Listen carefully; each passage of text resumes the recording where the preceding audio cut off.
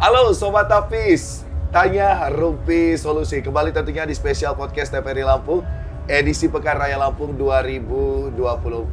Nah, kali ini saya masih berada di stand ataupun booth Pekan Raya Lampung 2024 yang pastinya akan mengajak narasumber akan hadir dan berbincang secara acak.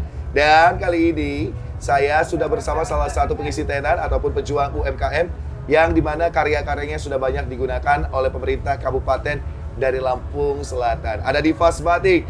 Ibu Divas, bagaimana kabarnya? Alhamdulillah baik. Alhamdulillah baik ya. Bagaimana perasaannya bergabung bersama Pekan Raya Lampung 2024 ini? Alhamdulillah seneng banget kita bisa promosi, kita bisa memperkenalkan produk-produk kita kepada orang-orang yang mungkin di sekeliling kita sendiri kadang orang nggak tahu. Oke. Jadi untuk memperkenalkan itu memang kita benar-benar harus bisa mengikuti setiap kadang ada event mau besar maupun kecil, kalau bisa ya kita harus tetap berjalan.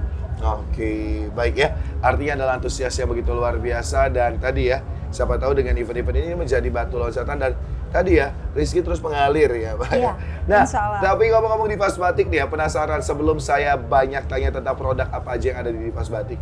Boleh diceritakan nggak nih, Pak? Divas Batik ini bangun ataupun berdiri sejak kapan? Divas Batik ini berdiri dari tahun 2020. Oke. Hikmah dari pandemi COVID-19. Oke. Jadi waktu itu saya memang lagi di Jogja.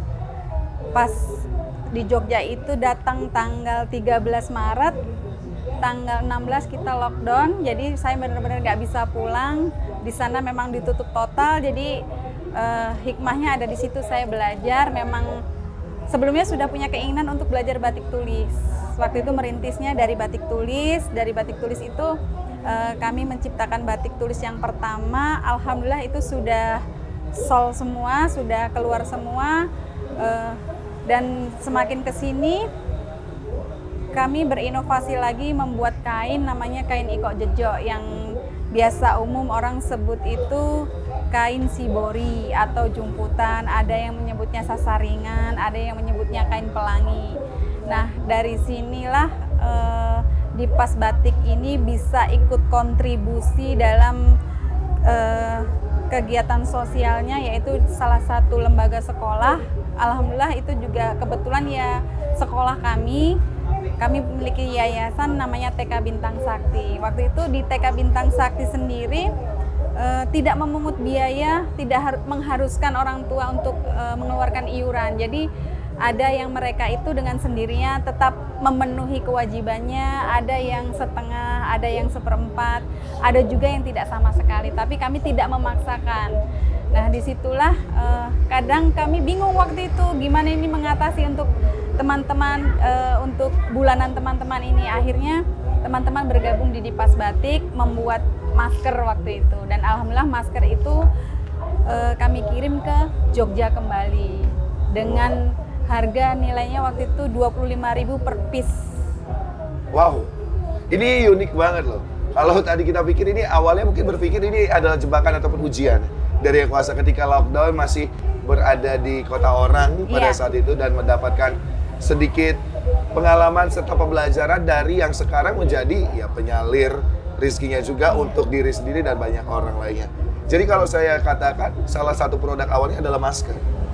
Produk awalnya batik tulis. Batik tulis, batik kemudian? Tulis. Kemudian setelah belajar batik tulis selesai, belajarlah dengan kain sibori. Kain sibori ini karena kami tinggalnya di Lampung Selatan, biasa disebutnya dengan kain iko jejo. Jadi iko jejo sendiri itu namanya, iko itu ikat, jejo itu celup. Jadi ikat celup gitu. Oke, baik, ini luar biasa sekali. Dan berjalan arti kurang lebih sekarang hampir 4 tahun ya? Sudah 4 tahun lebih bahkan ya? 4 tahun, dari 2020. 4 tahun, luar biasa sekali. Dan kalau boleh tahu nih ya, saat ini Divas Batik ini story ada di mana sih? Atau apa ya saya bisa katakan pengrajinnya ada di mana? Alamat lengkapnya yaitu ada di Tanjung Bintang Pusat. Kami ada 2 tempat, itu di Desa Srikaton dan Desa Jati Baru. Nah, ini yang menjadi pertanyaan juga mungkin ya. Tadi sempat disampaikan juga oleh Mbak Divas ya, bahwa Mbak Divas nggak sendirian atau bukan orang rumah saja yang mengerjakan, tapi banyak mengandeng warga sekitar juga ya. Nah, Iya. ini banyak dari masyarakat asli yang tadi disebutkan atau malah banyak orang luar juga, dan bagaimana sistematisnya? Kalau yang membantu dari Dipas Batik sendiri, kami menggandeng teman-teman yang sudah lulus sekolah, anak-anak yang sudah lulus sekolah, tetapi mereka ada yang tidak melanjutkan ke perguruan tinggi, jadi kami gandeng di situ untuk tambahan mereka.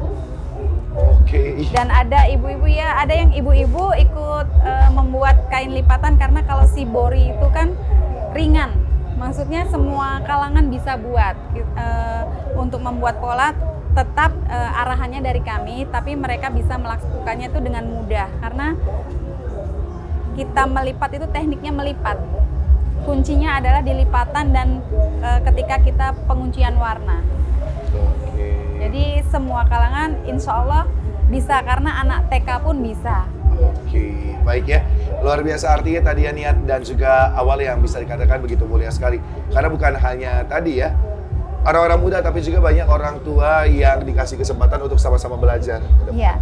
Nah, ini sedikit saya penasaran. Apa aja sih yang dibawa di Pekan Raya Lampung 2024 ini? Dan apakah ini semua produk ada di sini? Nah, saya juga penasaran, ini udah ada beberapa hasil di depan saya. Ada apa saja? Di Pekan Raya ini, khususnya di Anjungan Kabupaten Lampung Selatan, itu kami kan memang di bawah naungan Dekranasda Kabupaten Lampung Selatan. Oke. Alhamdulillah dibina dengan Pemdanya, saling sinergi dengan pemerintahan daerah. Di sini ada beragam macam, ada tapis. Tapis itu juga bermacam-macam, Mas. Tapis itu ada yang kain, ada tapis dan turunannya seperti kalung yang saya pakai ini. Oke.